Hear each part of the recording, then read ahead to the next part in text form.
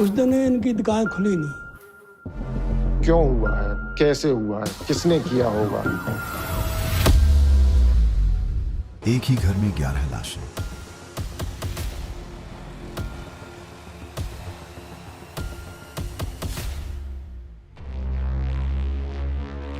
सबकी आंखों पर पट्टी, मुंह में कपड़ा और हाथ बंधे हुए। क्या ये आत्महत्या थी या कोई ब्लैक मैजिक मर्डर्स?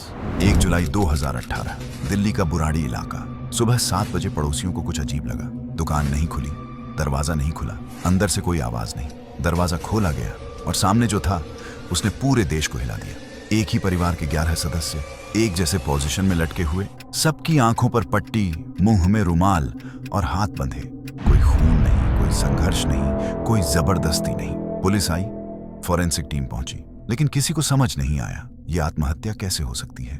फिर घर के अंदर मिला एक सबूत, 11 डायरीज जो पिछले 11 साल से लिखी जा रही थी। इनमें लिखा था, रात 1 बजे सब तैयार रहे, बाबा आएंगे, पूजा शुरू होगी, आत्मा मुक्त होगी।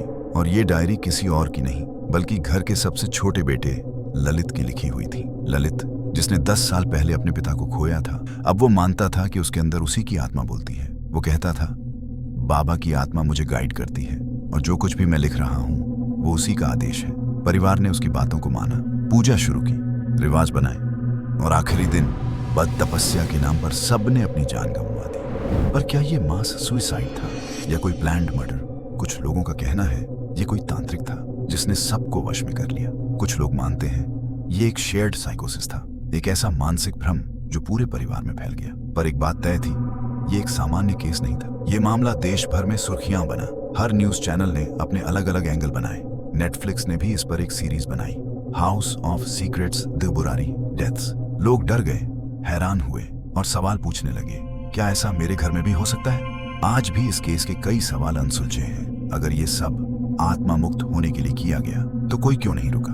डायरी में सब कुछ कैसे लिखा गया? एक एक मिनट का प्लान। क्या परिवार वाकई में मानसिक रूप से बीमार था या किसी और ने उन्हें ये सब करने पर मजबूर किया? बुराड़ी केस हमें याद दिलाता है कि असली डर ना भूत में है, ना तांत्रिकों में। सबसे खतरनाक होता है इंसानी दिमाग। अगर आपको ये वीडियो जानकारी पूर्ण लगा हो तो लाइक करें। ऐसी और सच्ची कहानियां देखने के लिए सब्सक्राइब करें।